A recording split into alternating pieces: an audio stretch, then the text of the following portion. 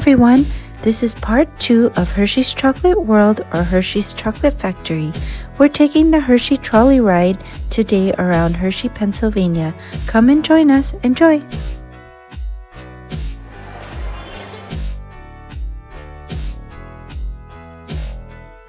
Maybe get candy on this tour. I'd like to introduce myself to you. My name is Will, and I'm one of the historical trolley conductors here at Hershey Trolley Works. I'm going to be your conductor this afternoon for this wonderful tour that I have planned for you. But the true star of my entire trolley ride that's going to be taking us around the town of Hershey is this wonderful gentleman up here in the driver's seat. This is Jeff. Everybody give him a big round of applause.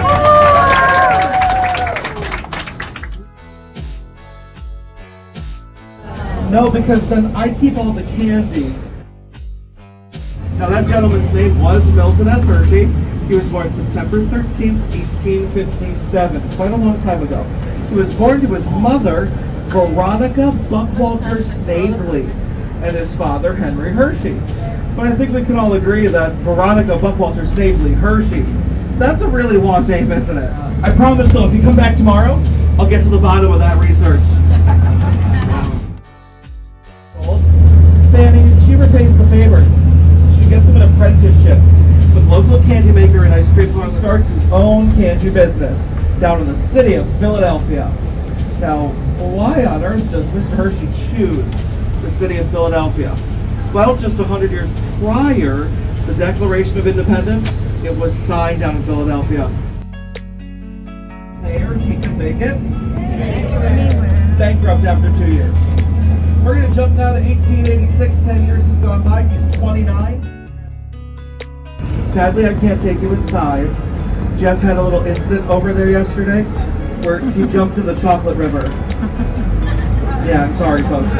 Going up here on the left, very large white blocky building, is the Hershey West factory. That is the world's largest highly automated chocolate factory. Quite a few products produced over here. Rolo candies, Hershey syrup, all of our chocolate bars, and the first piece of candy I have for all of you today. It's wrapped in silver. Our very famous Hershey Kisses. So the way this will work, I'm going to pass around the tray of kisses starting on this side of the trolley, going all the way down, across the back, up the other side. So go ahead and take the whole little tray, and then take at least one or two of them, and then pass them on to the person behind you. But please be kind to Jeff today. Keep your candy wrappers with you. There's a wastebasket up here at the front of the trolley. Now, would you folks be interested in learning how many Hershey Kisses come out of that factory a day? Yes. 75 million of them come out of that factory every day.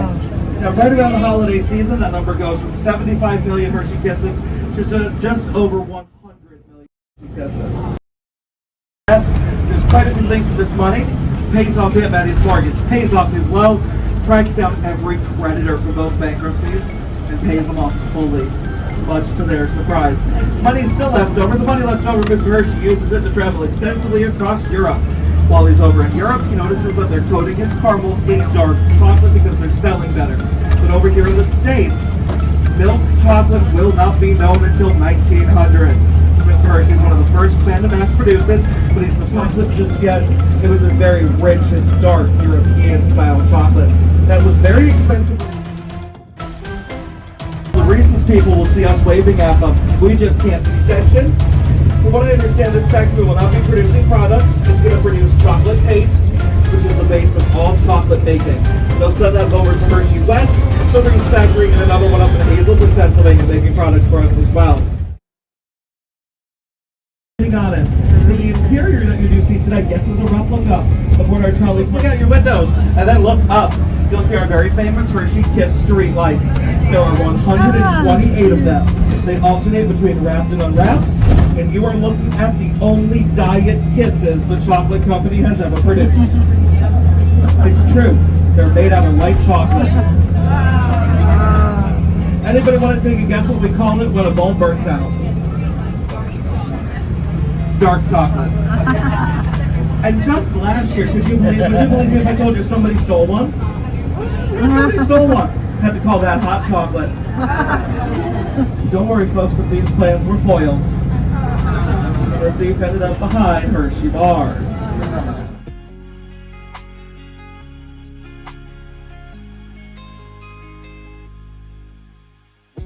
We're going to make our way on to Cocoa Avenue now, our second main street here in town.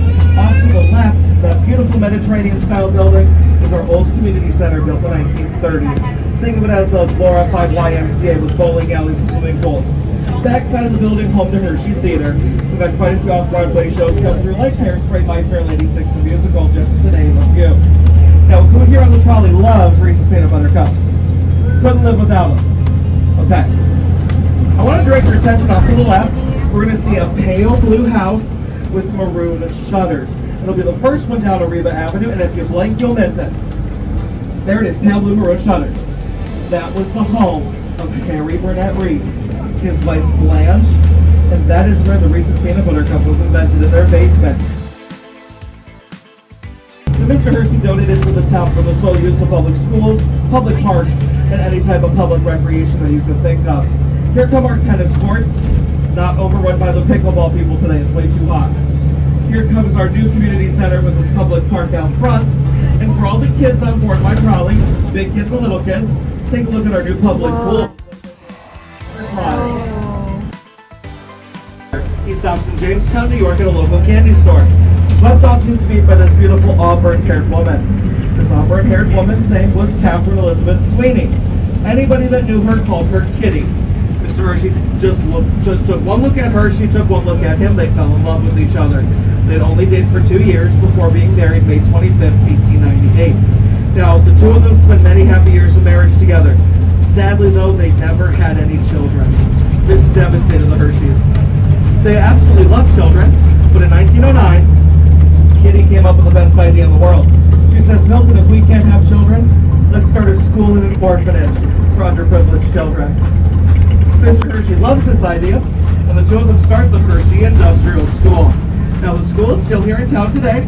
It is known as the Milton Hershey School. Anybody familiar with what we know about the Milton Hershey School? It's absolutely wonderful. I cannot wait to show you this school. It's absolutely beautiful. It looks a lot different than a regular school you would know that you would look at. But that's their campus. Does that look like a school? Looks like a neighborhood, doesn't it? Applications. Only 1,000 of them are chosen to go on through a formal interview.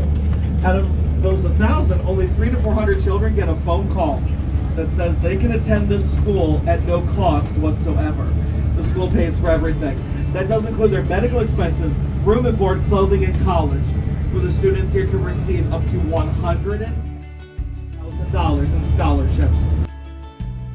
And a little bit later on in your tour, I'm going to show you the house where the school first started. That's also the birthplace of Hershey's milk chocolate. The school today is pre-K through the 12th grade. Elementary school off to the right there, that is Fannie Hershey Elementary School. That is where the preschoolers up to 4th grade shop. That's that building that has the garage doors in front of it. But next to that is their high school. Isn't that gorgeous?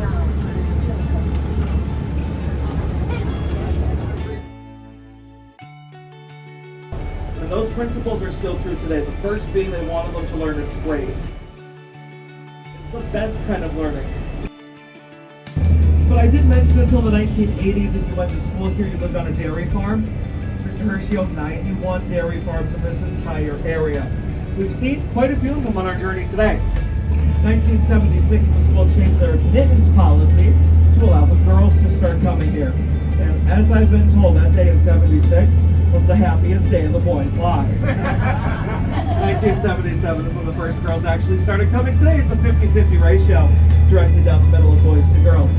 Now, if you folks were students here, say from pre-K to 12th to 11th grade, excuse me, behind the pine trees, beautiful gray home. That gray home is the Hershey family homestead. The humble beginnings of the school that we just saw, as well as the birthplace of Hershey's milk chocolate. And for 5 cents, you received a quarter-pound chocolate bar. A decent amount of chocolate, isn't it? Now, the Hershey bar will remain 5 cents until 1968. Quite a long time. But in 1900, Mr. Hershey came to the conclusion, caramels are a passing fad, chocolate is forever. So he sells off his caramel company to his competitors for $1 million.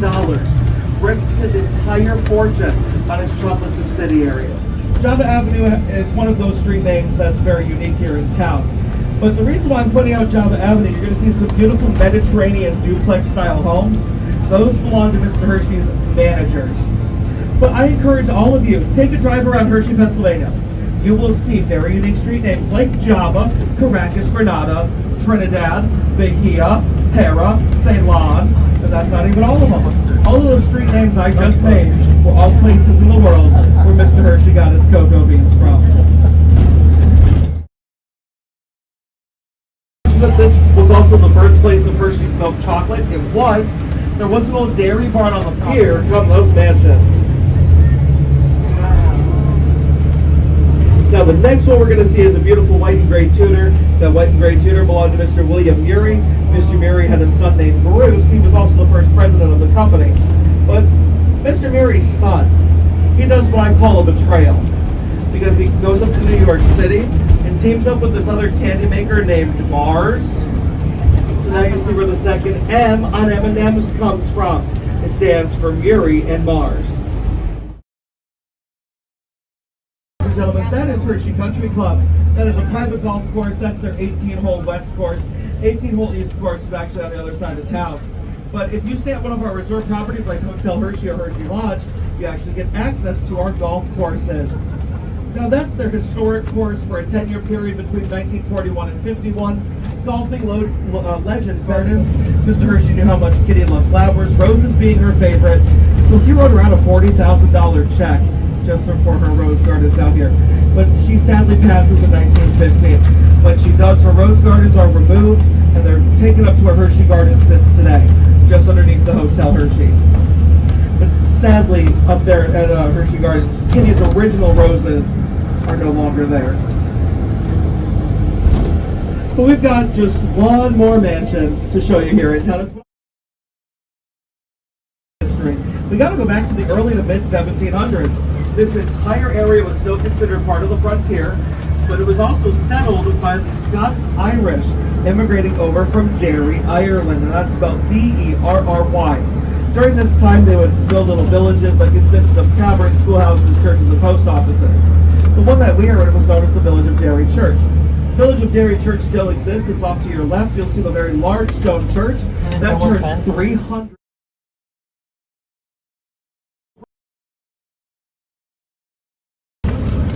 We brought you up here because we want to share. What do you think, folks? Isn't that a gorgeous house? It is a 22-room colonial revival limestone mansion. It was built out of all that native Pennsylvania limestone that Mr. Hershey knew about underneath the ground here in town. But before construction started in 1906, he could have done what all the millionaires of his time were doing, going up to New England, building one of those beautiful sprawling country estates. Construction starts in 1906, finished by 1908. When it was finished, it only cost Mr. Hershey $53,433. But before we continue on even further, I've got some more candy for you fine folks here.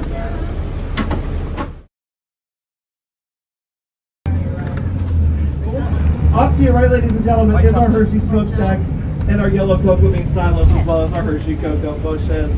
The Hershey cocoa bushes planted in 1909, they are red barberry bushes.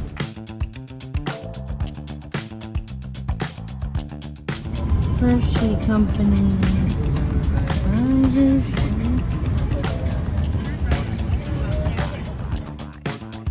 We all play Monopoly, right?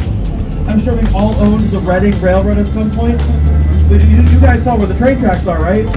That's the old Reading main line. So that's your railroad. But we're going to head on over to the fun side of town.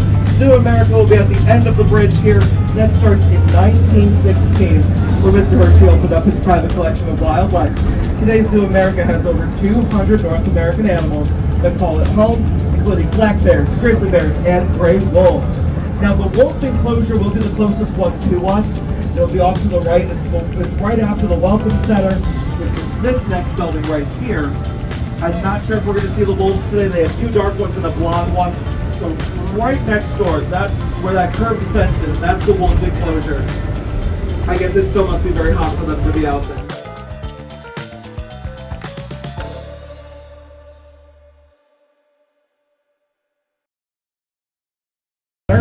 Storm Critter is one of 15 roller coasters that call Hershey Park home.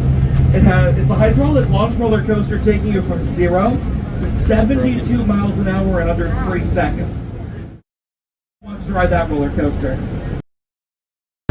My favorite wood coaster coming up here on the left, that is Lightning Racer. When it was first built in 2000, it was one of the few dual racing wooden coasters in the United States. But right now in our narrative with Mr. Hershey, we've made it up to the year 1915.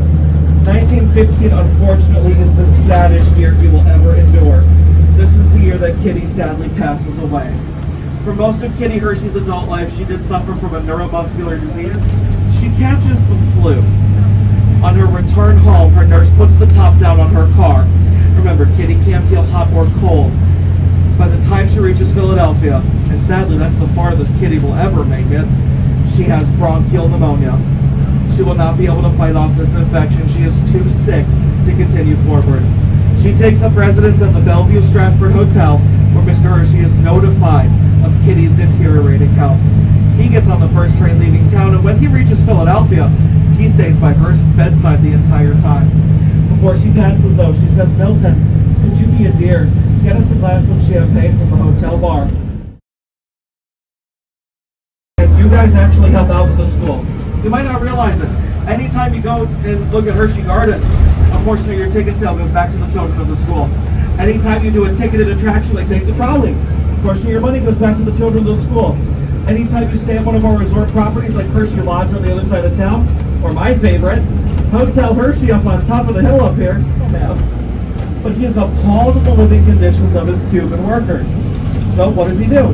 He does the same thing he did for us here in Pennsylvania for them down there in Cuba. He built them a town, built them a railroad, so on and so forth. Your money goes back to the children of the school. And finally, anytime you purchase a Hershey product, a portion of your ticket sale goes back to the children of the school. So the next time all of you are at your local grocery store and you're in the checkout lane and you see peanut butter cup instead, or a cookies and cream bar. Well, right now we're going to take you up onto the hill that says "Welcome to Hershey."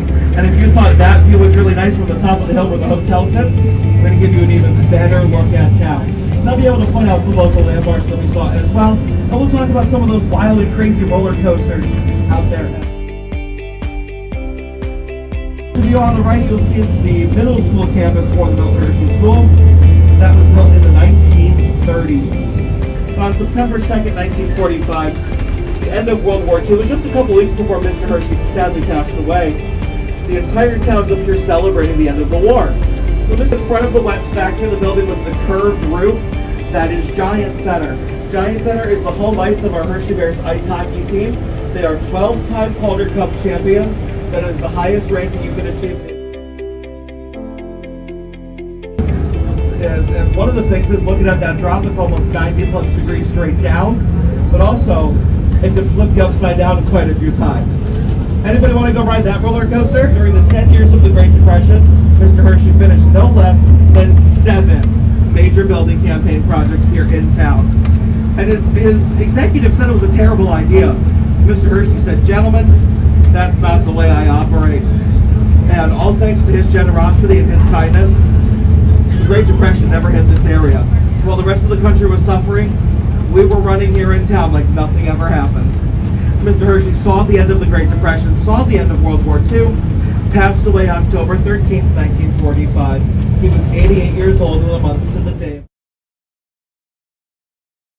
Well, we're jumping back to 1912. He gets a voyage. Anybody get chills from that story? There's a reason why I saved that story for the end, because all of you would not be here. I would not be here or rating this man's legacy. Jeff wouldn't be driving for us. A lot of the landmarks we saw today would not exist. The school being one of them. You gotta remember, Titanic sinks in 1912. Mr. Hershey doesn't sign over his wealth to the school until 1918. So if you really think about it, call it divine intervention, call it good luck, call it fate.